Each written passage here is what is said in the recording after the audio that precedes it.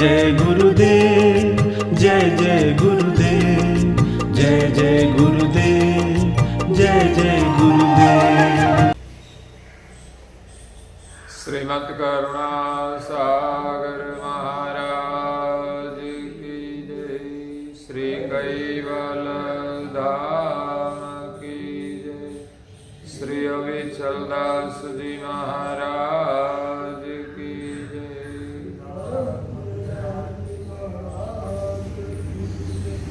सत्यवल साहेब, सत्यवल साहेब, सत्यवल साहेब।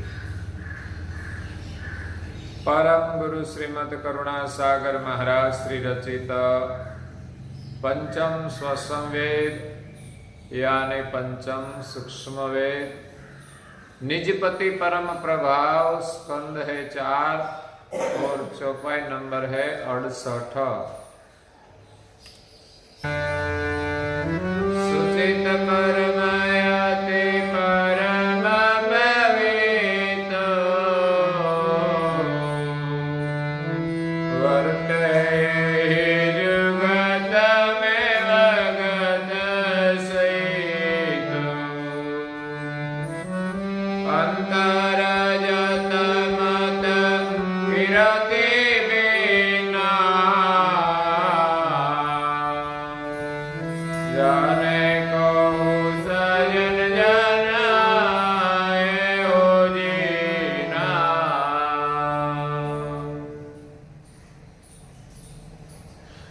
प्रिय भक्तजनों, ज्ञान संप्रदाय के आद्य स्थापक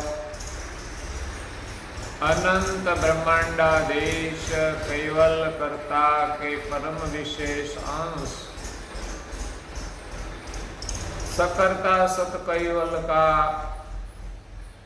महाद सजान जान अलौकिक दिव्य स्वरूप को अनेक न्यायों से प्रत्यक्ष प्रमाण से स्व अनुभव से प्रतिपादन करने वाले अनंत अंशों के तारणहार कैवल धर्म धुरंधर नव बुद्धि के सागर महान समर्थ परम श्रेष्ठ परम विभूतिवान परम दयालु परम कृपा निधि सर्वज्ञ दिव्य परम गुरु श्रीमद् करुणा सागर जी महाराज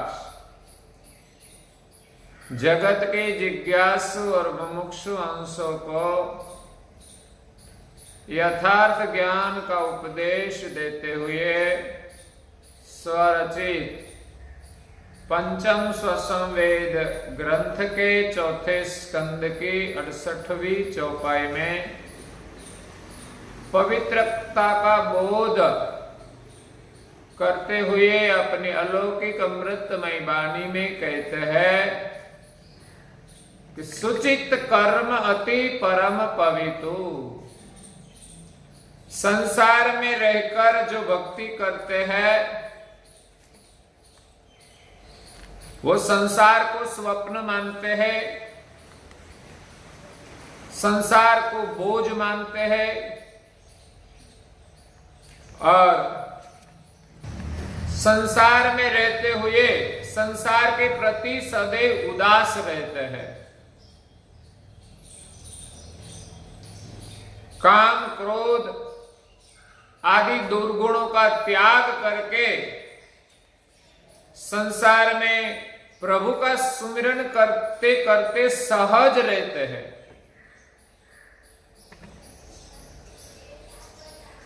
तो इन सभी क्रियाओं के साथ सभी कर्मों में पवित्रता है। सुचित कर्म अति परम पवित्र, वो सर्वांगे सभी पवित्र क्रियाएं अति पवित्रता से करते हैं। धार्मिक सभी क्रिया पवित्र मानी जाती है, लेकिन वो भाव से न हो या तो यंत्रवत क्रिया हो तो उनका कोई महत्व नहीं है। लेकिन हृदय से प्रभु के स्मरण के साथ जो किया जाए वो अति पवित्र माना जाता है। तो यहां पवित्र धर्म का बोध करते हुए दिव्य परम गुरु जी कहते हैं कि संसार में रहकर जल कमलवत जो भक्ति करते हैं उनको संसार का स्पर्श नहीं होता। क्यों? कि उनके जीवन में एक पवित्रता की ऊर्जा है, इसी के कारण संसार का स्पर्श ही नहीं होता। जैसे कमल की पंखुड़ियों पर एक प्रकार का लेयर होता है, आवरण, उस सपाटी के कारण कमल को पानी भिगोता नहीं, वो उनको खराब नहीं कर सकते। इसी प्रकार संसार में जो अति पवित्रता से सभी क्रिया करते करते प्रभु का सुमिरन करते हैं, अगर तो प्रभु का सुमिरन करते करते सभी क्रिया पवित्रता से करते हैं, उनके जीवन में पवित्रता का एक लेयर बन जाता है जो संसार के खारे पानी को स्पर्श नहीं होने देता। तो मैंने कहा था कि हमारी जो क्रियाएं हैं वो सभी पवित्र होनी चाहिए। इसमें हम शरीर से क्रिया करते हैं, तो पहली तो शरीर शुद्धि होनी चाहिए। परम गुरु जी ने आचार संहिता का प्रथम नियम दिया है, मोर भय प्रगट जब बानो सावधान थाओ कृष्णा।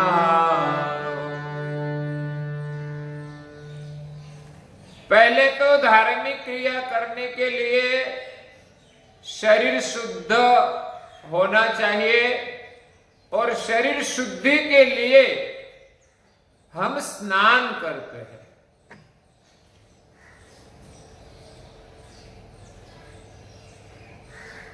स्नान से शरीर की शुद्धि भी होती है और हमारा शरीर पवित्र होता है।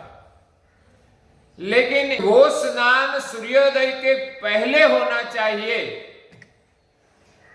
सूर्योदय के पहले ब्रह्म मुहूर्त में किया हुआ स्नान पवित्र माना जाता है। सूर्योदय के बाद हम स्नान करें अच्छा है। इस शरीर से, इस स्नान से हमारा शरीर शुद्ध अवश्य होता है, लेकिन थोड़ा पवित्रता में विक्षेप होता है। हाँ जी, उम्र हो गई हो, शरीर काम नहीं करता, तब हम देरी से उठे और स्नान करें तो कोई दोष नहीं है। लेकिन जो युवान है, तंदुरुस्त है, उन सभी को सूर्योदय से पहले उठ जाना चाहिए और सूर्योदय के पहले स्नान भी कर लेना चाहिए। तो स्नान से हमारा शरीर पवित्र होता है। कई प्रकार की अशुद्धियां ऐसी है कि जो हाथ पैर धोने से, स्नान करने से हमारा शरीर शुद्ध और पवित्र होता है। तो कुछ धार्मिक विधि विधान करने के लिए हमें स्नान करना आवश्यक है। जैसे हम मल विसर्जन करने जंगल पानी जाए, जाजरू में प्रवेश करने के बाद स्नान करना जरूरी है। जाजरू में जाने के बाद स्नान किए बिना हम पूजा पाठ नहीं कर सकते।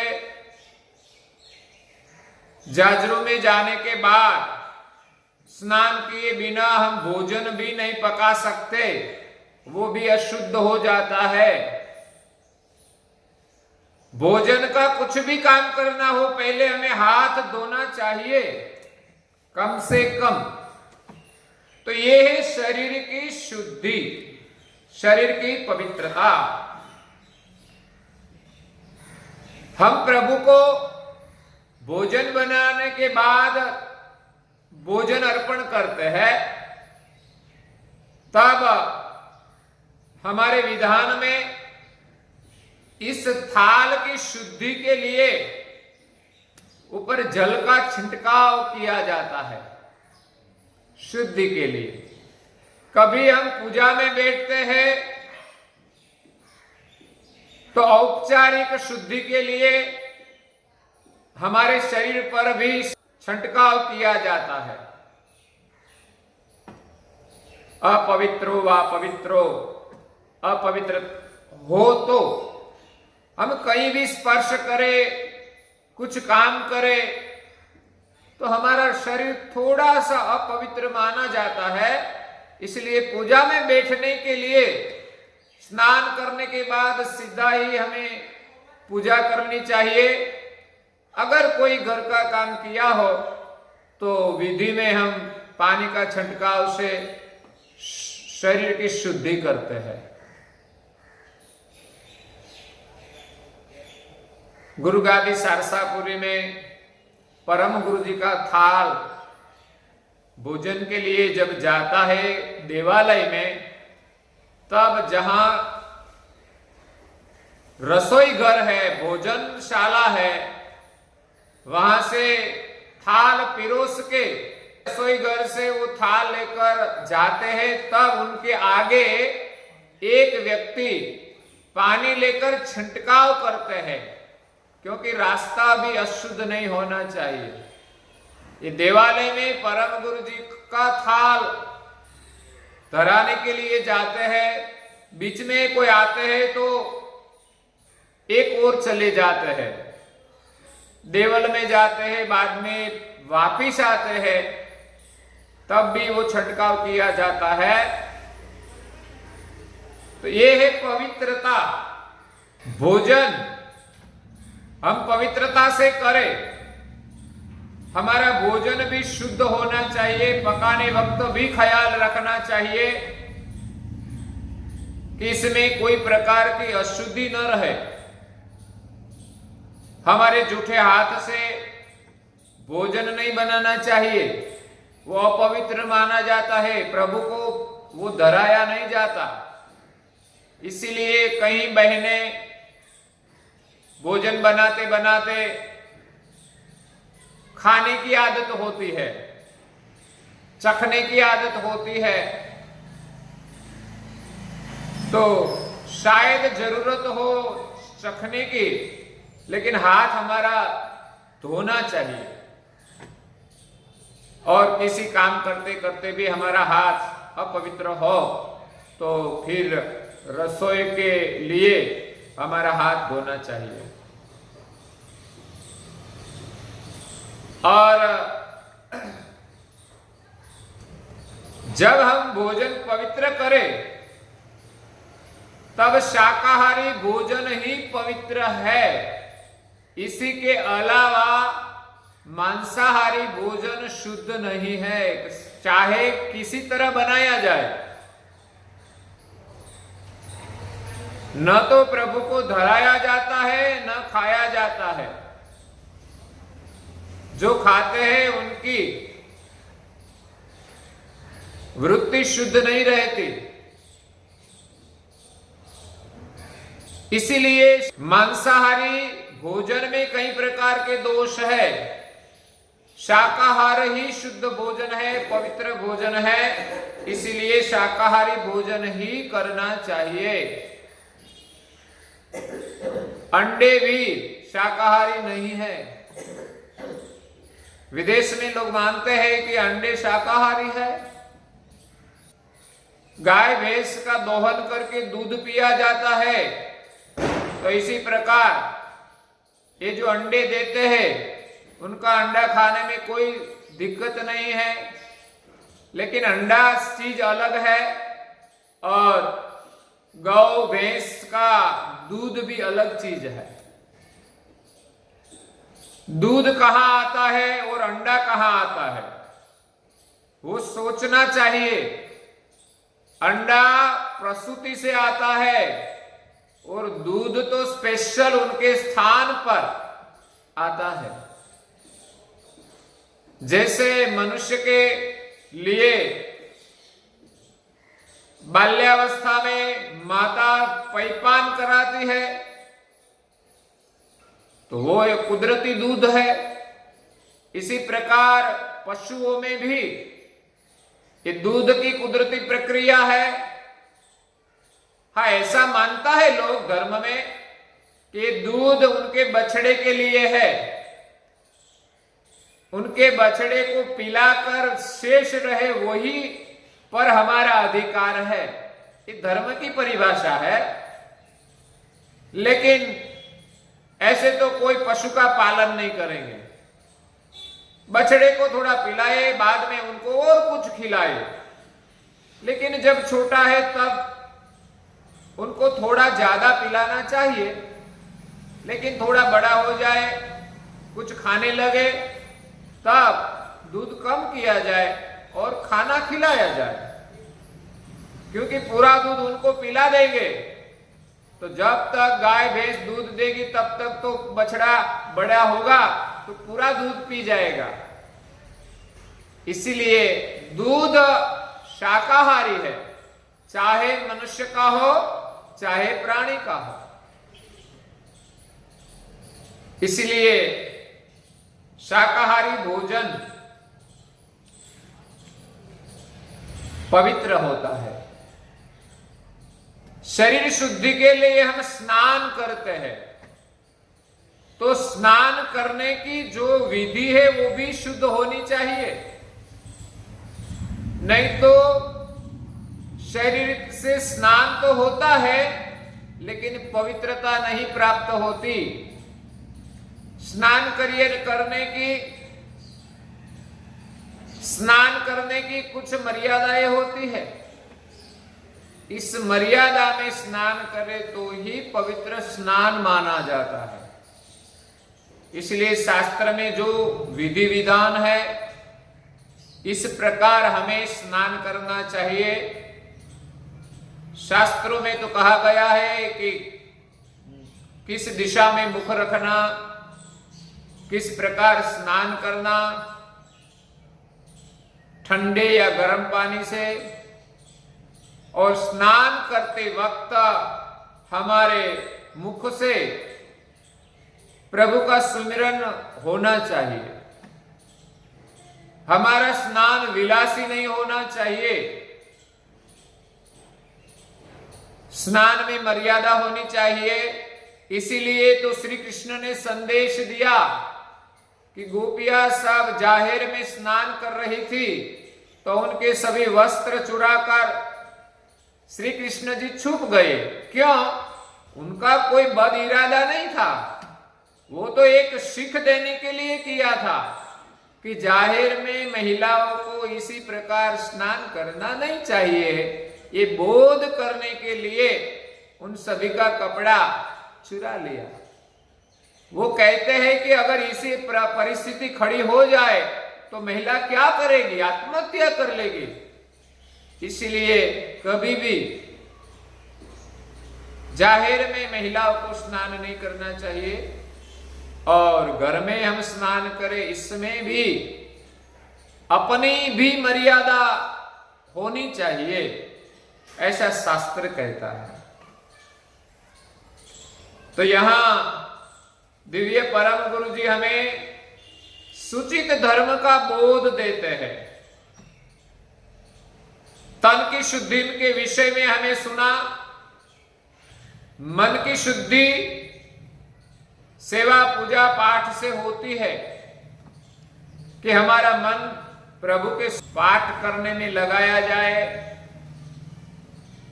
धार्मिक क्रियाओं में लगाया जाए, और वाणी की शुद्धि की भी बात की कि वाणी के जो दोष है उनका हम मर्जन करें और प्रभु का सुमिरन से, पाठ से भी हमारी वाणी पवित्र होती है। हरि का गुणगान करने से ही हमारी वाणी पवित्र होती है। पूज्य श्री नारायण दास जी महाराज श्री कहते हैं सिद्धांत बावनी ग्रंथ में, वदन लगन गुरु जस गुण गाये, रसना प्रसादी चरणामृत पाए। सर्जनहार ने हमें जो मुख दिया है, इस मुख से दो काम होता है। मुख और जीवा के माध्यम से हम बोलते हैं, वाणी का उच्चार करते हैं। तो वो वाणी कैसी होनी चाहिए? सत्य होनी चाहिए, मधुर होनी चाहिए। इस वाणी से किसी की निंदा न करनी चाहिए, कटु वचन न उच्चारना चाहिए और इस वाणी से हम लगनी पूर्वक प्रभु का गुणगान करें। वदन लगन गुरु जस गुण गाए।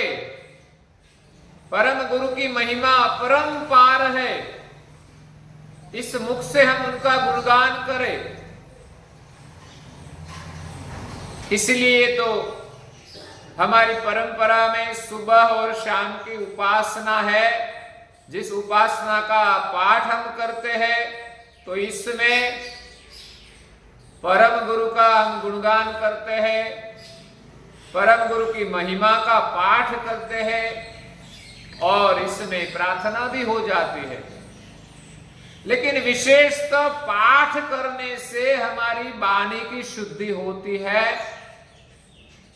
तो कई बार हम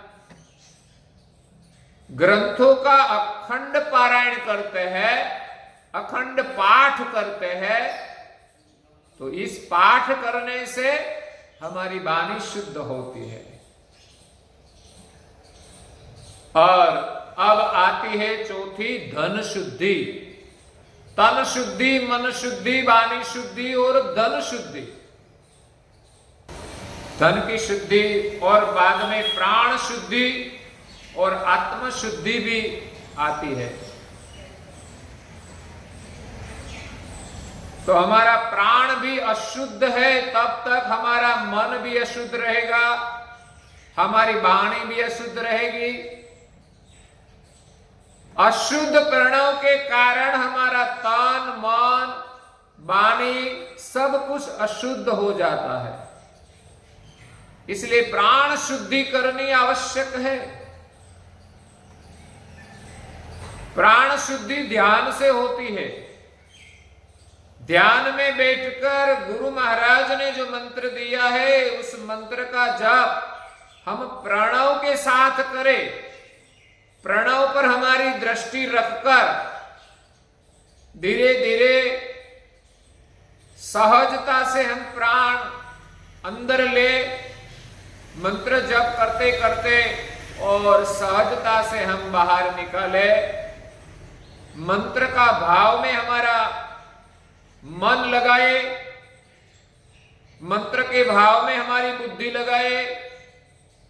मंत्र ध्यान करने में ही हमारा अहंकार दृढ़ करे और सदैव चित्त से हम मंत्र जाप का चित्तवन करें, तो हमारा प्राण की शुद्धि होती है। और प्राण में अद्भुत सामर्थ्य है। कई ऋषि मुनियों तप करते हैं, ध्यान करते हैं, योग करते हैं। इस योग के माध्यम से उनको कई प्रकार की सिद्धियां प्राप्त होती है। तो वो प्राण शुद्धि से हमें सिद्धि मिलती है और इस सामर्थ्य से वो योगी बनते हैं और कई प्रकार के चमत्कार भी करते हैं। परम गुरु के उपासक तपस्वी रघुराम महाराज योगी थे, तपस्वी थे, ध्यानी थे, ज्ञानी थे। तो वो ध्यान में बैठकर योग करते थे, तपस्या करते थे। तो तप करते करते उनके प्राण की शुद्धि हो गई, उनका तन पवित्र हो गया, मन भी पवित्र हो गया, बुद्धि भी पवित्र हो गई, उनकी वाणी भी पवित्र हो गई। क्योंकि वो सदैव ध्यान में बैठते हैं तो वाणी का उच्चार भी नहीं करते। मौन रहने से भी वाणी की शुद्धि होती है, वाणी पर संयम आता है। और जब जागृत में बोलते हैं तो ध्यान से बोलते हैं, ज्ञान से बोलते हैं, विवेक से बोलते हैं, संयम से बोलते हैं। तो उनकी वाणी शुद्ध हो जाती है। जितना जरूरी है उतना ही बोलते हैं, ज्ञान के सिवा और कुछ नहीं बोलते। उनका प्राण की शुद्धि हो जाती है, उनके प्राण शुद्ध हो गए हैं, इसीलिए उनकी वाणी अशुद्ध नहीं होती। ऐसे महापुरुषों का चरण स्पर्श करने से भी हमें पवित्रता मिलती है, ऐसे महापुरुष की वाणी सुनने से भी हमें पवित्रता मिलती है। ऐसे महापुरुष का दर्शन भी दुर्लभ होता है। परम गुरु श्रीमद करुणा सागर महाराज तो सृष्टि के आद्य से ही संपूर्ण परम पवित्र है, इसलिए हम उनका चरण का स्पर्श करते हैं, उनकी वाणी सुनते हैं, उनके दर्शन करते हैं तो हम पवित्र हो जाते हैं। दर्शन से आंखों पवित्र होती है, आंखों के साथ मन, बुद्धि, चित्त, अहंकार और हमारा प्राण भी शुद्ध होता है। शब्द श्रवण करने से, सत्संग श्रवण से हमारे कान के साथ मन, बुद्धि, चित्त, अहंकार और प्राण की शुद्धि होती है।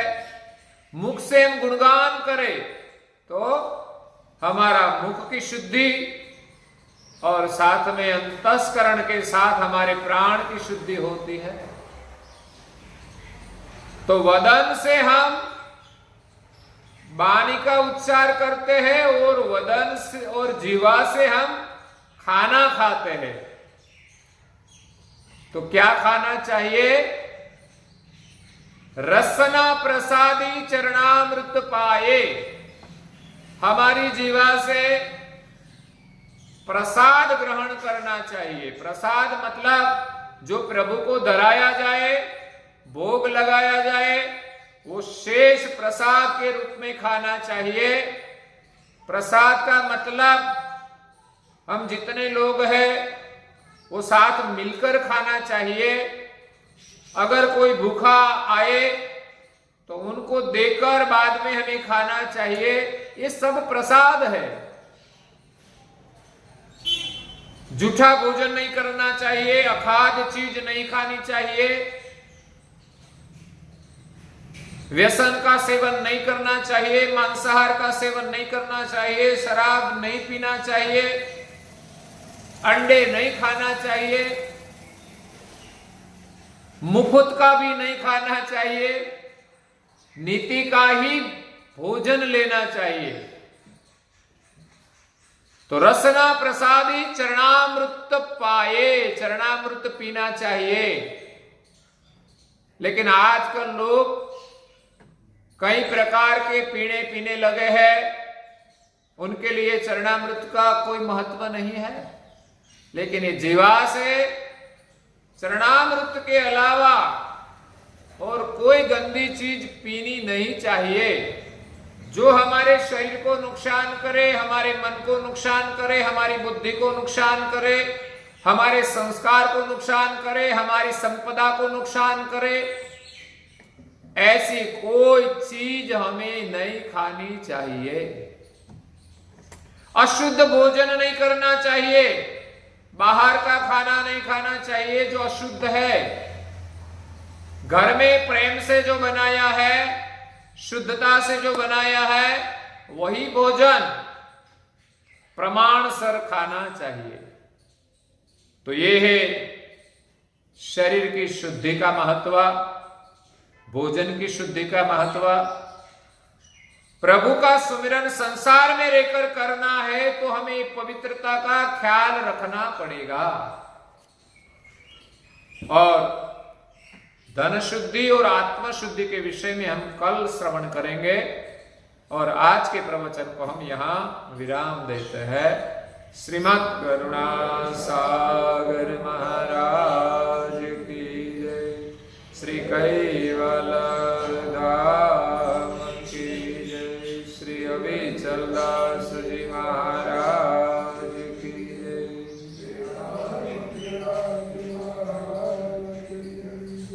सत केवल साहेब, सत केवल साहेब, सत केवल साहेब।